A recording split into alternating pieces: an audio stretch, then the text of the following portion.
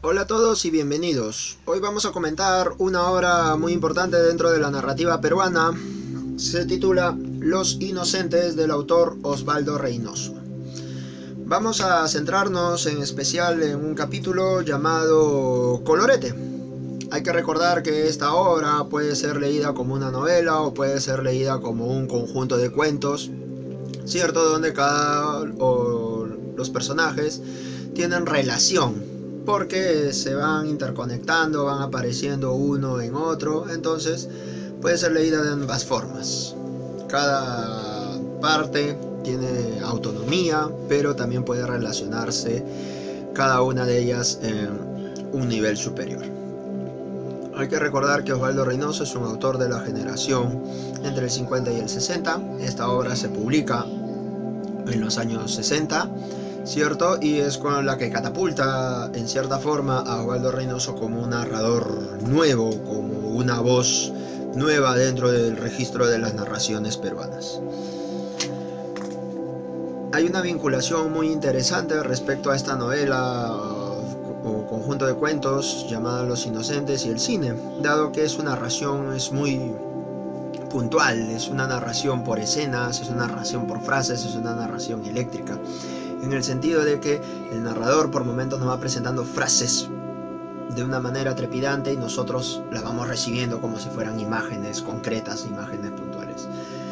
Entonces, yendo nuevamente a la obra, también cabe recalcar, y es lo que ya se ha dicho, ¿no? Osvaldo Reynoso introduce esta forma de lenguaje coloquial, esta forma de lenguaje vulgar, lenguaje popular, de las barriadas, lenguaje de los adolescentes, con una frescura inusitada que tiene una vinculación muy interesante con otro tipo de estrategias narrativas, ¿cierto? Osvaldo Reynoso trasunta esta verbalización caótica, esta verbalización agria, agresiva, con pasajes muy certeros, con pasajes muy poéticos también, ¿cierto? Lo que nos lleva a pensar que la poesía no solamente tiene que estar vinculada a la grandilocuencia, a la gran retórica, sino que todo elemento bien trabajado, todo elemento, todo lenguaje bien empleado puede ser partícipe de la elaboración poética, y por qué no de una elaboración poética en niveles muy elevados. Muy bien, ahora centrémonos en Colorete, uno de los capítulos más que interesantes. Colorete es un personaje que ya lo hemos visto en el primer capítulo o en la primera parte de este libro, que se titula Cara de Ángel, ¿cierto? En un conflicto, en una lucha entre los dos. Ahora lo vamos a ver desde otra perspectiva, desde otras coordenadas. Si en Cara de Ángel vemos un Colorete agresivo, vemos un Colorete que es capaz de golpear, pero también de acercarse de una manera un poco compleja al contrincante, a Cara de Ángel, ¿cierto? Con cierto guiño de gusto entre ambos. En este caso, Colorete se va a presentar con todas sus debilidades, ¿cierto? Para ir a las estrategias narrativas, este capítulo introduce dos niveles. El primero, el de la conciencia de Colorete, que va mirando todo y nos va contando, nos va narrando, nos va presentando cada objeto, cada sensación, cada presencia que se da en el mundo que él observa. Y el otro es el nivel, entre comillas, de la realidad, ¿no? Es decir, dónde están instalados con sus demás compañeros, si cabe el término en este caso, con los demás participantes de la collera, el grupo que precisamente lidera Colorete, ¿no? En términos actuales sería pues una pandilla.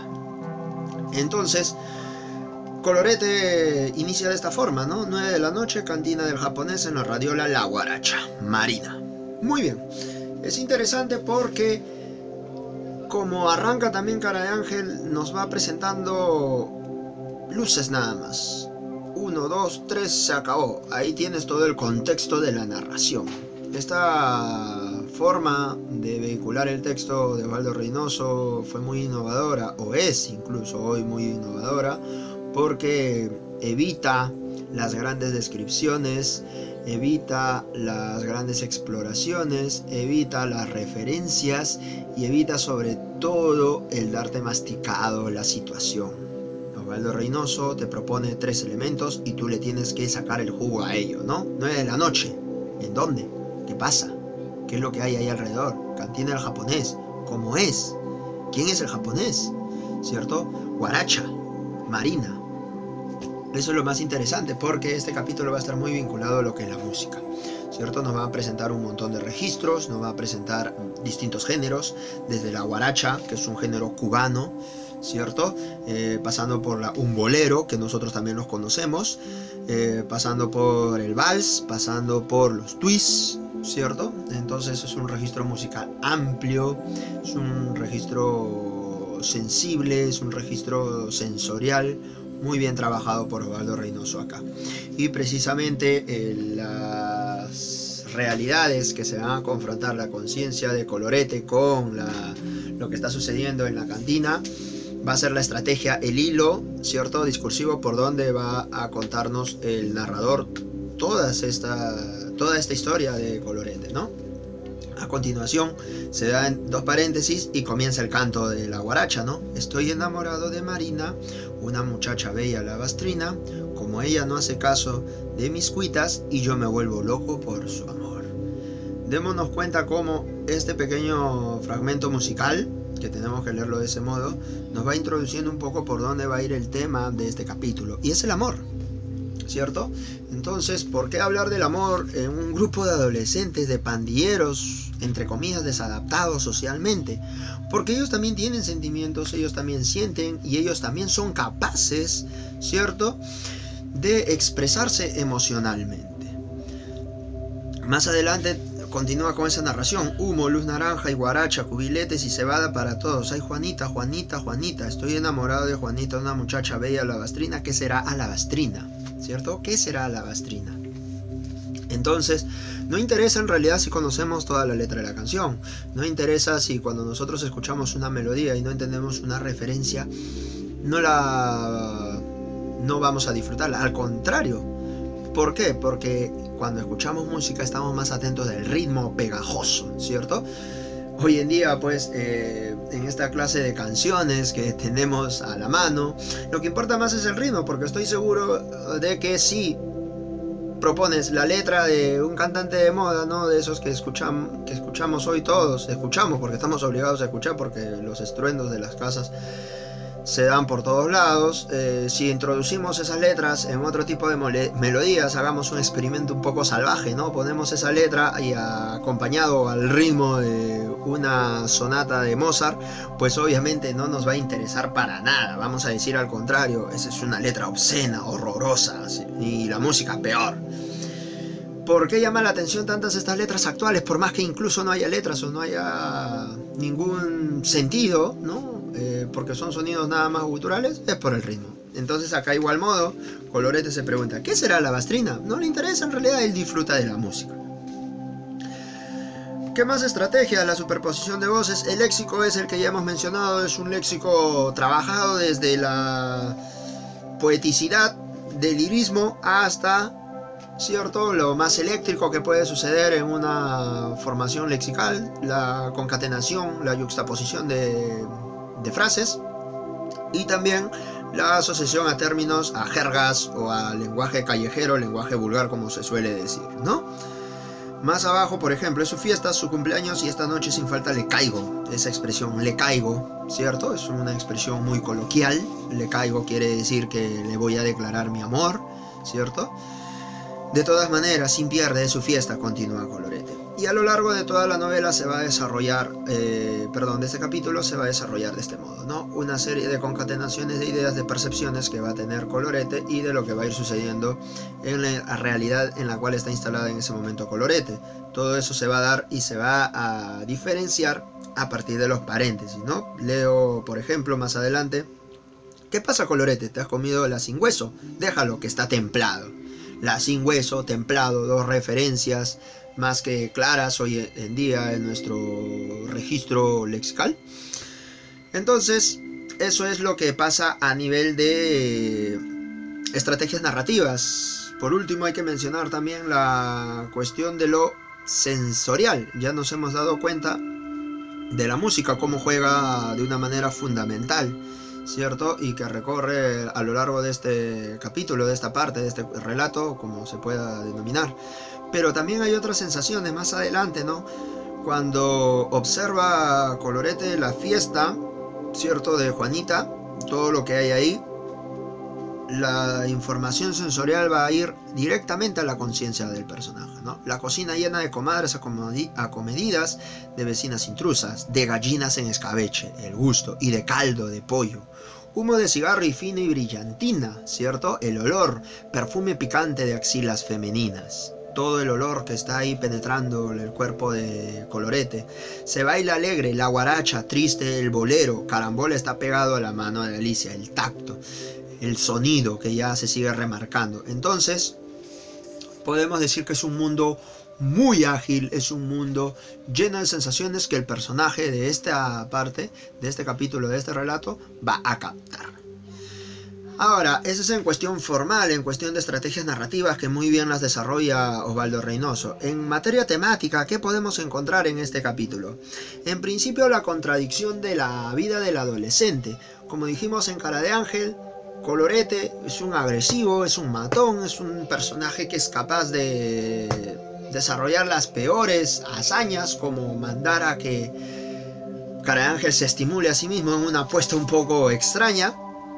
Pero acá no, acá al contrario tenemos un Colorete cobarde, un Colorete desarmado, un Colorete debilitado, un Colorete con debilidades, ¿cierto?, sin defensas ante algo que a cualquiera le pueda atemorizar, incluso a mí, ¿no? ¿Qué dice? A ver, mi campo es la calle, la collera, ahí sí soy atrevido. En la calle soy el capazote Colorete, pero en los tonos me achico, soy un cobarde. Exacto, porque Colorete, su limitación es precisamente las mujeres. Él no es capaz de estar con una, él no es capaz de decirle me gustas, él no es capaz de decirle ¿sabes qué? Quiero estar contigo, él no es capaz de decirle ¿sabes qué? Me atraes. Él se achica en frente de una dama, ¿cierto? Eso por un lado. Entonces ya nos va mostrando un personaje muy complejo, un personaje que en realidad no solamente tiene una faz, la matonería, sino que tiene otra faz, el sentimiento, el miedo, ¿cierto? El ser alguien indefenso, en suma. ¿Qué más? El control de las apariencias, el mundo adolescente, como todo en realidad, ¿no? No solo el mundo adolescente, pero más se ha trabajado esto en la adolescencia. El mundo de las apariencias, cómo debemos aparentar para lograr captarnos, para lograr ser captados por los otros, por los que nos rodean. Una escena más que interesante precisamente en este capítulo es cuando él muestra todo lo que ha hecho, ¿no? Estoy bien firme, mi peluca está recortada, no hay caso, manos voladoras, un artista, mis zapatos de gamuza, estreno pilcha azul y corbata de seda italiana, bien bacán. La cara está que arde, claro, si no había nada que afeitar, pero este señor tuvo que afeitarse para estar presentado. Le llevo un regalo, un prendedor de plata, caro, caro. El doctor ese es buena gente, me dio mosca. Le dije, para mañana necesito azules, no es para mí, aclaré, es cumpleaños de Vigila, ¿cierto? Entonces vemos cómo el ser humano, en este caso un ser humano adolescente, se vincula a través de las apariencias, a través de lo que puedes mostrar, a través de lo que puedes presentar frente a la otra persona. ¿Para qué? Para ser reconocida y aceptada. ¿Qué más? La búsqueda de la relación. Colorete es un personaje adolescente que está buscando una relación con Juanita. Como dice literalmente, ¿no? Está deseando que sea su Gila, ¿verdad? Y lo más interesante de este capítulo es también cómo se traduce la decepción amorosa.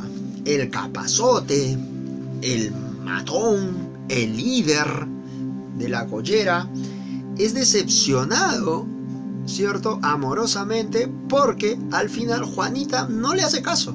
Le pone una excusa tonta cuando le invita a bailar que está cansada, pero inmediatamente escucha como si le pide a otro personaje que no está desarrollado dentro de esta parte, a Javier, como dice, ¿no? Que le enseña a bailar. Entonces Juanita, pues, es un personaje que disminuye esta visión del adolescente macho, del adolescente, cierto, capazote, que cae vencido ante una mujer. Y ahí viene el último que podemos decir de los cambios del comportamiento del adolescente y de la visión que se maneja de la mujer, tal vez, que se puede comparar, refrendar e incluso criticar desde la visión de esta parte del relato, ¿no? Cuando habla Colorete de que Juanita llegó, ¿cierto? Como una niña tímida de 15 años, y que ahora todo lo demás le dicen que es una agrandada, tal vez, ¿no? Textualmente dice: Juanita, ahora estás muy cambiada, pero yo sé que solo es cáscara. Estoy seguro que basta una palabra mía para que seas la chicoquita de 15 años. Ahora siempre me arrochas. Los muchachos dicen que te has vuelto planera. Pero planera con otros, con los que no son del barrio. Esta noche le abrazo, te regalo el prendedor y te digo despacito: ¿quieres ser mi gila?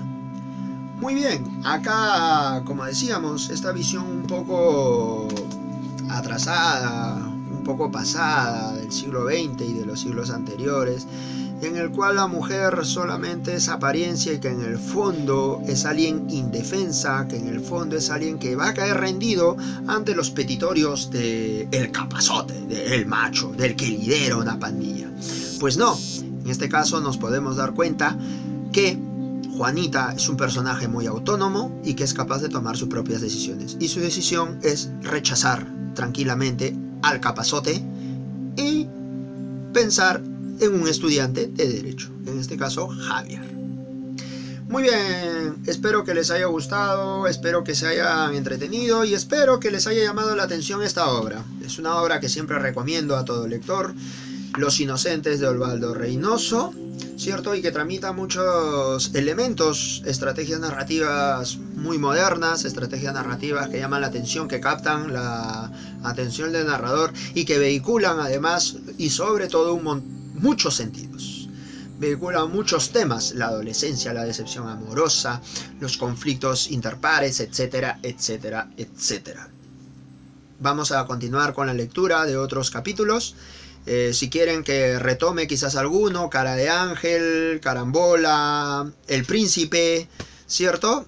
Podemos hacerlo, porque a partir de ahora voy a continuar con los otros dos que nos quedan, ¿no? Y sobre todo concluir con El Rosquita, ¿cierto? Que es uno de los más interesantes porque finalmente aparece la voz del narrador global. Por eso decía, perdón, de acá continuamos con el último, que es El Rosquita, y es donde aparece la voz del narrador principal, ¿cierto? Y por eso les decía que en un nivel segundo puede esto entenderse como una novela también. Entonces puede ser visto como un conjunto de cuentos de manera independiente, pero también ser leído como una novela de modo integral. Listo, hasta acá los comentarios, y no duden en preguntar, en consultar y en también hacer pedidos si es que tienen alguna lectura personal que quieran que comente, en realizarla. Muchas gracias por haberme atendido. Hasta la próxima. Chau, chau.